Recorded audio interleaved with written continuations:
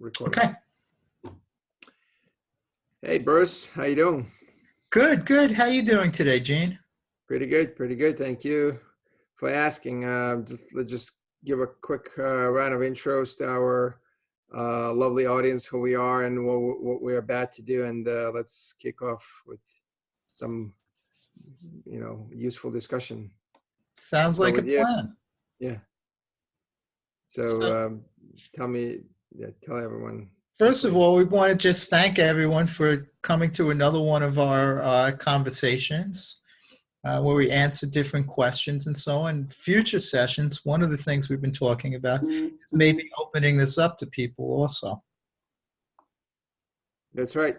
Yeah, we would like to embrace and include, and hopefully we could enrich this dialogue, this forum, with some other folks that are interested in participating. Mhm. So just without any further ado, I'm Gene Gendel, based out of New York City, / New Jersey / tri-state area / Eastern Seaboard / the United States, in that order, right? Expanding out. My spectrum of work is organizational design consulting, training, coaching, mentoring, and trying to change the world of work, now plagiarizing from some of these Scrum Alliance slogans, which I think actually makes sense. So back to you. And I'm Bruce Newman. I work for a large company. I have many years of experience. I specialize in obviously agile, some scaled agile. Particular areas of interest involve process management, helping companies really effectively implement agile, and I'm really into capacity management and work in progress issues. Great. So Bruce, we have Tom Box of 30 minutes, and I think that's our agreed upon format. So it's free speech, almost unprepared. I got two questions for you for today. I will ask them in order of priority to only two, so easy Which to is go. good. I have two questions for you too, but I do want to preface this by saying if we have really good discussions on each of our two questions, we might not make it through all four questions today. So just Sure. Audience, be prepared. Okay, good. So we're gonna go 1-1, so we can cover. Each one of us has a chance to ask and answer. Shall I go first? I was going to put you first. Yeah, I'll ask the question. Put me on the spot. Yeah, please. Put you on the spot. Okay. Who is responsible for value? Who's responsible for value just to clarify, for delivering value to For delivering value to the customer. Okay, cool. So let me pause for a second. So first, want to stress something that's probably important. Unless there is a real monetary transaction, unless there is hard cash changing hands, then there shouldn't be any discussions about real customers. So real customers are the ones that pay us real money. So if I'm a company, my real customers are those individuals or other companies or entities that sit outside of my organizational domain and pay me hard cash that goes towards my bottom line. Everyone else would be, so if I'm to serve my internal people of my company, those would be users, stakeholders of some sort, but not real customers. So that's one of the pitfalls for many organizations that think that there's such thing as an internal customer. There's an internal user, someone who consumes work, but true customer is the one who actually improves your bottom line and adds to your revenue stream. So that's one thing. So based on that, then from a standpoint of value appreciation, of course, it would be an external person or external company that pays. Now, who is responsible for delivering value? If we look at the outermost boundary of this relationship, it would be the company that delivers value. So let's just take XYZ Pharmaceuticals or XYZ computer company. I would probably argue that CEO of the company, who represents that company at the highest level, at the outermost perimeter, would be responsible for delivering value. Now, that is from a standpoint of a buying customer, from a true buying customer. So for example, if I buy a product from with any company that's bought Amazon or Microsoft or Dell or Compaq used to be, I would be holding accountable that company in value that I'm getting, in quality of a product. Now, if we look from a standpoint of a company that delivers this value, then of course we can go deeper and understand who is really within a company responsible for delivering value to an end customer, and it will depend on internal dynamics. So, like for instance, in Scrum, it is usually a product owner who is responsible for delivering value to external customers. And of course, usually the question comes, who is the best candidate to be a product owner within an organization? Like for instance, for external development, it would be typically a product manager, someone who is externally facing. So, and if we really wanted to find someone who is truly accountable for setting vision and mission and strategic goals for product or service delivery, it would be that person internally. So it really depends on from which perspective we're looking at value. I'm going to pause there if you have any. All right, I actually have a follow-up question then. Sure, please. Let's take, I have a question first of all on who is the customer, because to me a customer could also be someone internal to the company and you're doing development for a particular group, something they need. That's still the customer. And that would still, is it value to them? But that's the second issue. The first issue I have, let's take a question of, we're developing a large product. You've got a whole set of requirements that have come over to the product owner who has to somehow break them down, give them to the team. Maybe you also have some type of program management that's sitting there and also in the process of breaking things down or being able to get the requirements that are needed for this product to a customer out there in the field and who's going to pay money for this. In that case, who has that responsibility? It's now and who's responsible for the value going out? Is it still the product owner, or does it start switching over to product management or program management? So Bruce, my stance on this would be, so the question is stemming, and of course I know you come from a less environment too. No, I will be using no terminology that is authentic or anchored to any known framework. I'll come from lean thinking, from system thinking, and from common sense only.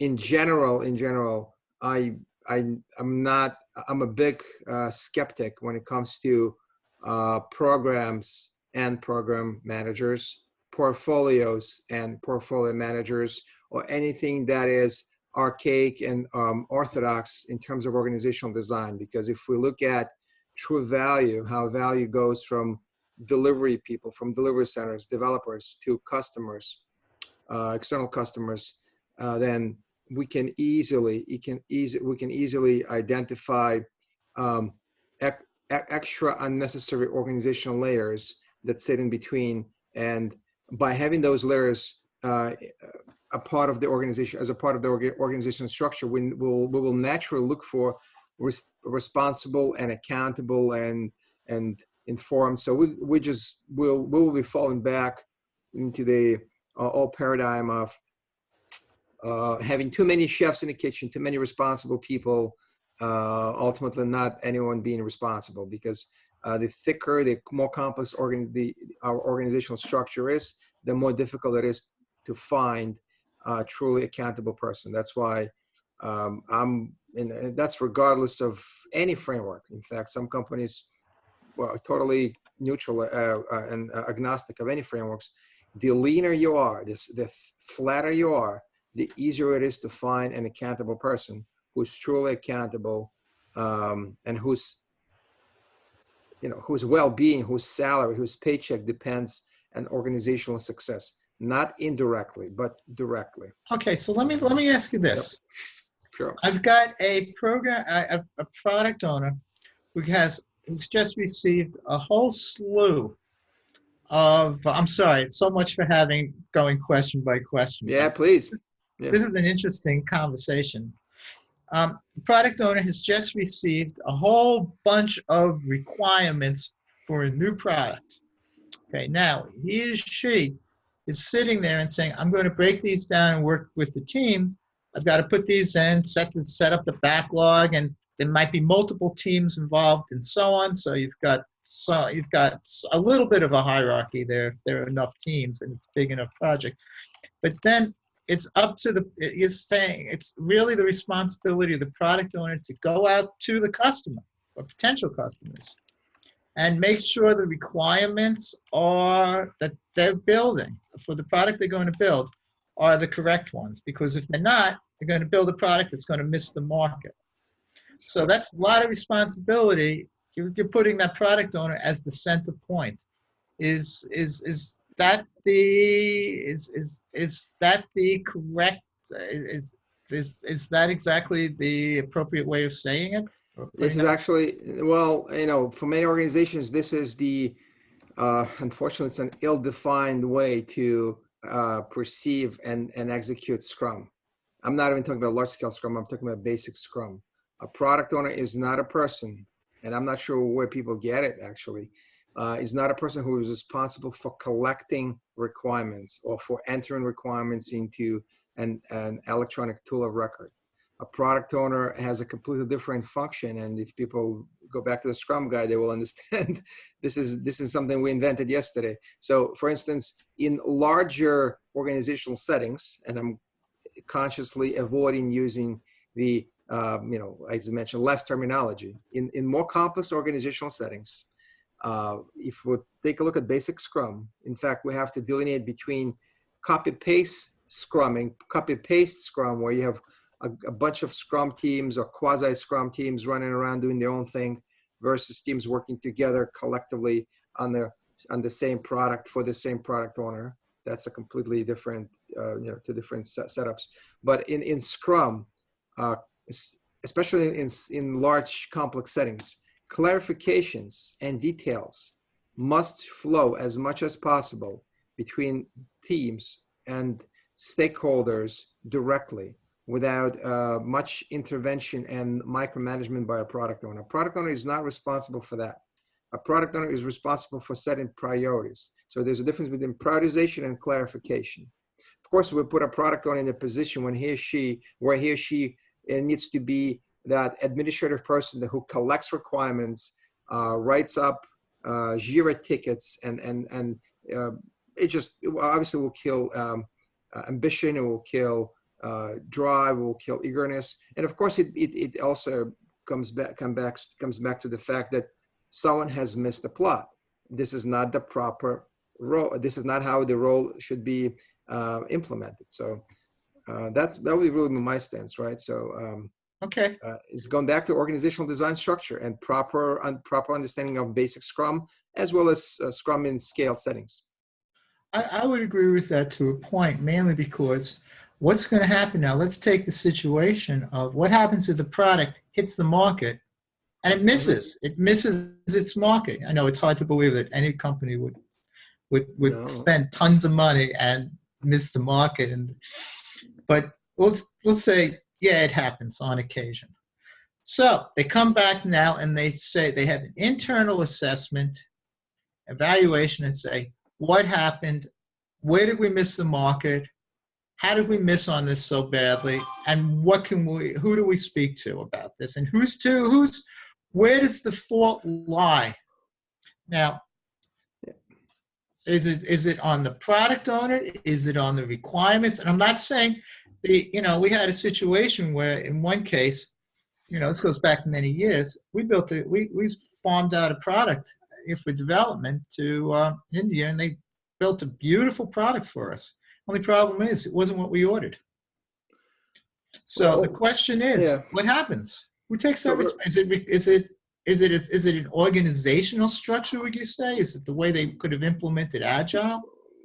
Well, so first of all, what you just described, Bruce, it sounds a simpler, my answer would be probably even more superficial, simpler than going deep in the organizational design dysfunctions. I would talk mostly about, cadence and frequency of delivery. I mean, there really shouldn't be a case, or there should be edge cases where you hit the market with something that you have, uh, developed in a silo and never got feedback from your true customers.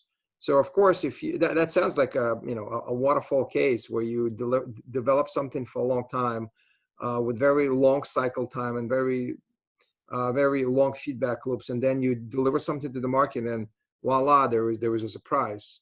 The market does not recognize what you delivered.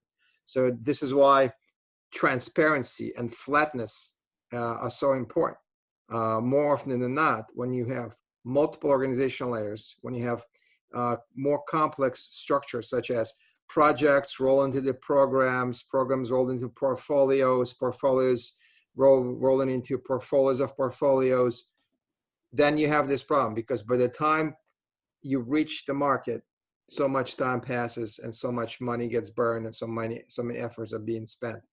The time from concept to cash should be as short as possible, so that if you really miss the mark, you know about it sooner rather than later.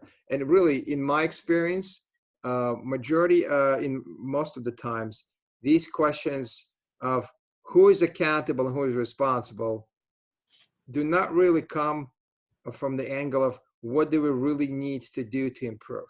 Unfortunately, in complex organizational settings, these questions come from an angle of who do we hold accountable, so he or she, will be penalized for it in some, in various ways.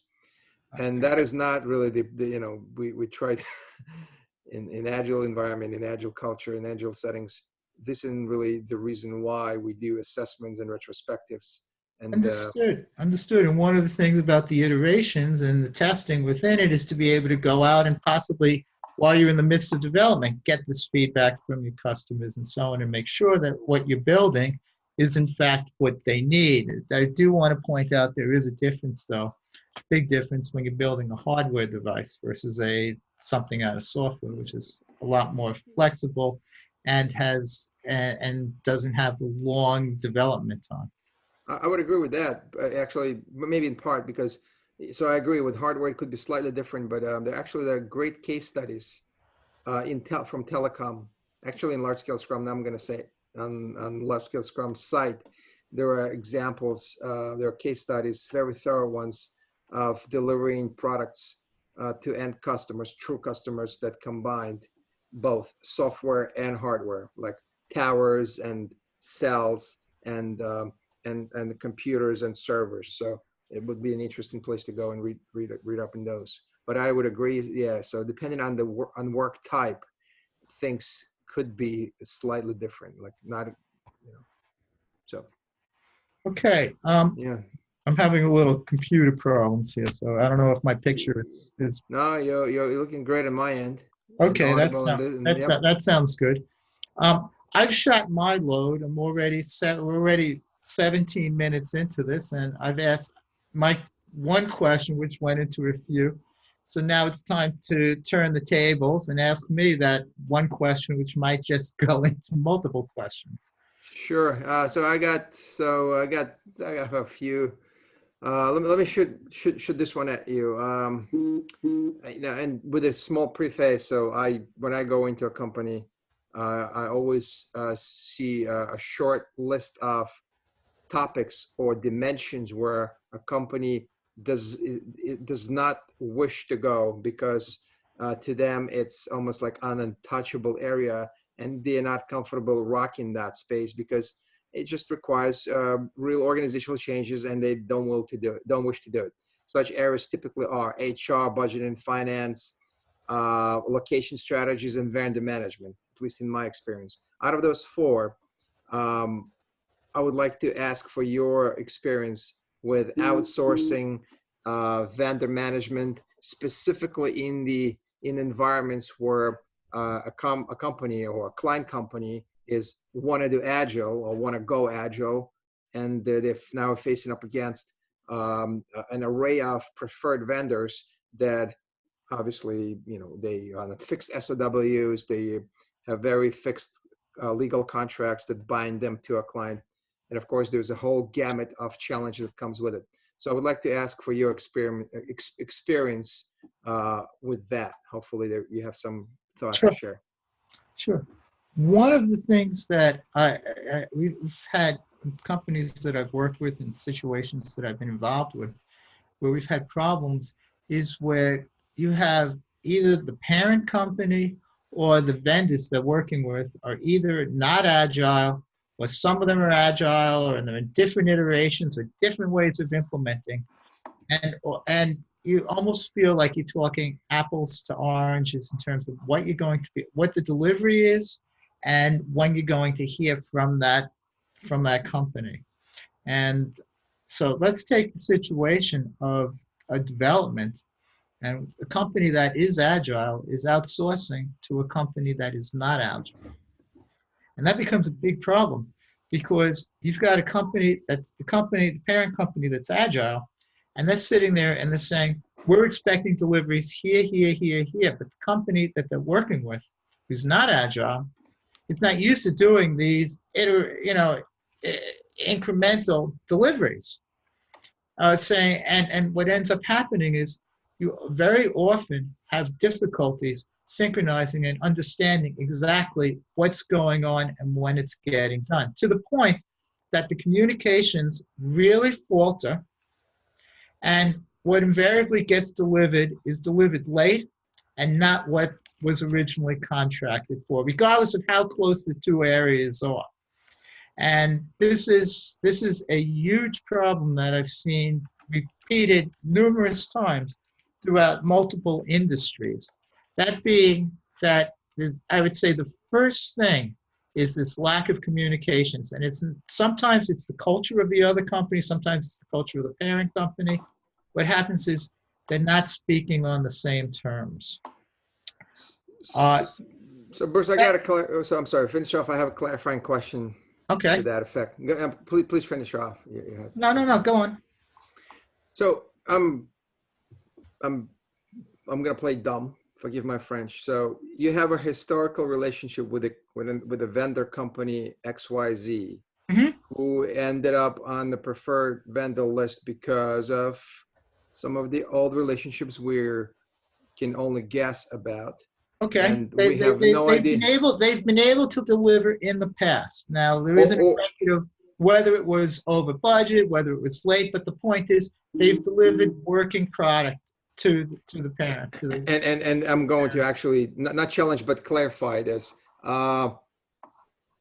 They were able to deliver something. Now we can speak about quality or cost or challenge that came along. Because it could be great, could be not. Yeah. So, mm-hmm. But they have been operating in a very old-fashioned, classic, conventional waterfall mm-hmm. way. So, if a company client and a company vendor are bound by a legal contract that really has no mention whatsoever about adaptive, agile ways of working. It is fixed everything, fixed budget, fixed scope, fixed timelines. You look at the legal document and you cannot recognize anything in that document that would even remotely resemble adaptive ways of working. And of course, the attorneys that have created those documents and vendor managers that are backing those relationships and manage vendors have zero knowledge of agility. They haven't been educated. They haven't been exposed to basic agile education 101. What can we expect from there? I mean, you have an external third party that is bound by a legal contract and has no knowledge, has no interest in what's happening internally on the client side. What can we possibly expect from this sort of relationship when there is an external legal contract? Contract drives pretty much everything that happens between a vendor and a client. Well, let's take a case of, and I haven't been involved with this at all, but let's take a case of the F-35, which has cost many hundreds of millions of dollars in development with signed contracts, military contracts that are to a whole bunch of contractors. And these military contracts have been closely scrutinized and so on. and yet they've missed, the plane's been under development for over 20 years. So Yeah. regardless of what methodology they're using, the point is, even if you have these ironclad contracts, there's no guarantee you're going to get what you wanted, what you contracted for, when you contracted for it, and it's going to do what it's supposed to do. And this is one of the reasons why the military has been moving so quickly now into doing some form of agile, because they need to be able, and we're trying to get the vendors to do the same thing, because they need to be able to improve this type of communication, be able to say, hey, where are you with this development? Why is it so far behind, or why is it not doing this, or where are we going wrong? And I can speak from personal experience with one of the companies that I've worked with, where we have another group that's overseas, and it's a large group of developers who are working and doing, the work that has been specified by a group in this country. The problem is they're working very differently, regardless of whether or not they're working in agile or not. What they're delivering isn't what's being asked for. And there's a problem there, because you don't have these continuous iterations. You don't have these levels of communications. Now, they recently started moving to agile. That hasn't improved anything. So the question is, why hasn't there been an improvement? If they're doing the iterations, if they're doing the stand-ups, if they're doing the things which is having more communications and maybe an occasional demo when it's working, why isn't there an improvement? So there's a question here of both how agile has been implemented on both sides of the equation, and also in terms of what both parties or sets of parties are basically understanding as part of the requirements. And this is, we're talking millions of dollars at stake here in development costs, and eventually output in value to the real world. So the question then comes down to, if you've got a company that's working in agile in one way and a company that's working in agile in another way, you then have two questions. If it's not working, you have to look into how that agile is being implemented, and are they really working in an agile environment? Is it just something that, gee, yeah, we do stand-ups every day, or we have sprints, so we're now agile? Or is it something more basic in terms of communications? Yes, we're doing this, but both sides are doing this, but for some reason, we're not communicating that key information. And if so, where is the sharing of information going? How is that working?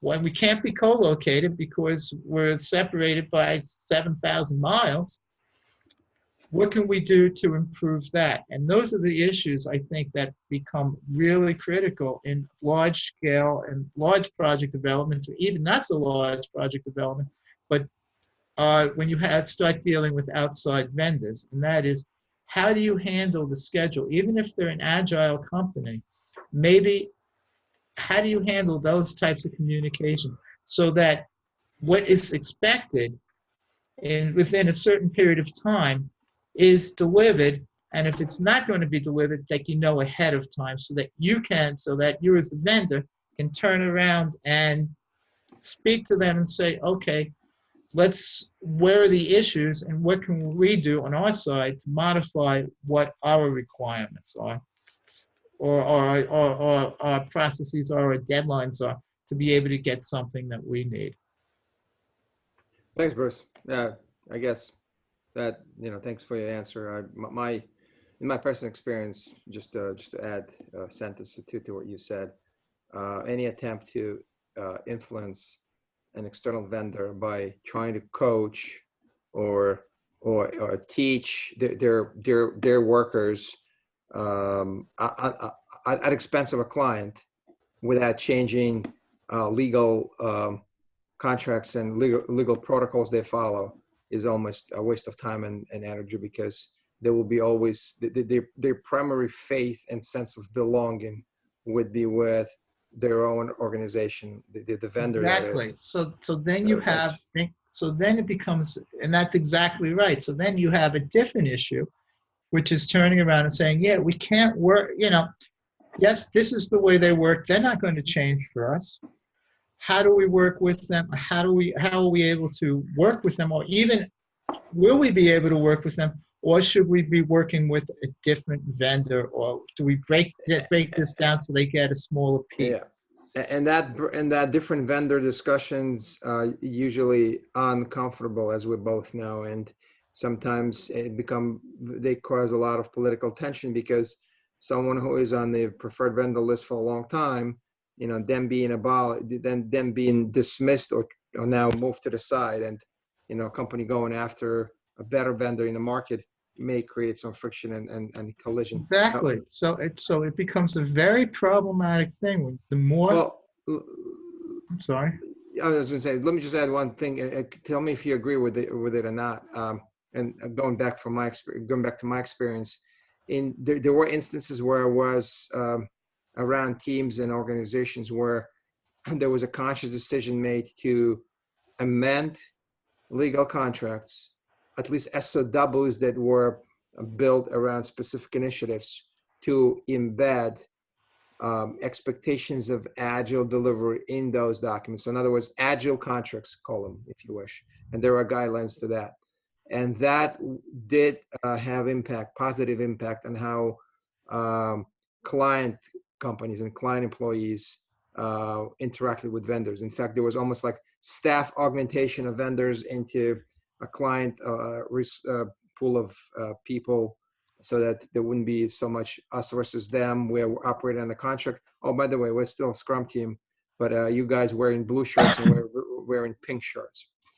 So there's a lot of variability that comes into that, though, and a lot of complexity when you start talking about these types of organizational changes for a vendor and so on. It depends on the amount of money, the amount of work. There's a lot of things there, and the willingness of the vendor, because again, it comes down to a question of, what do you define as agile?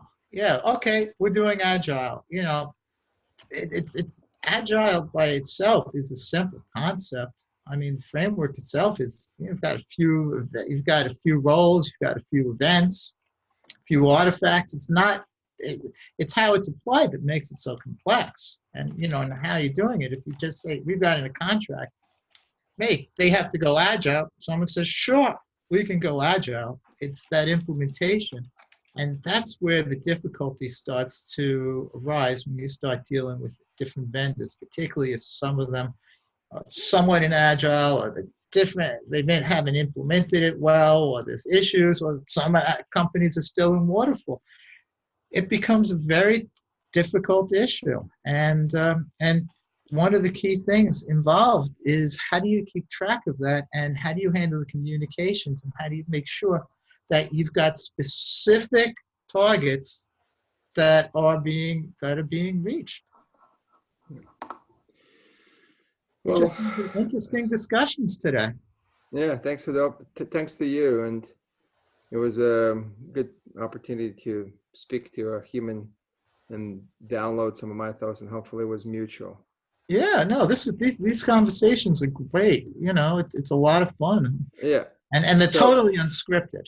I mean, Yep. we start with one question, just goes from there. Yeah, call me out of my BS, and I'll call you out in yours.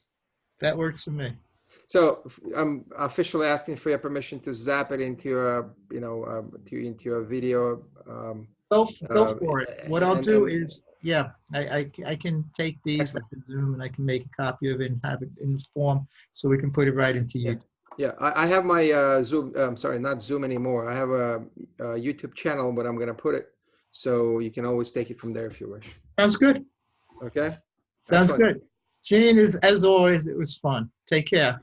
Cheers. Thank you.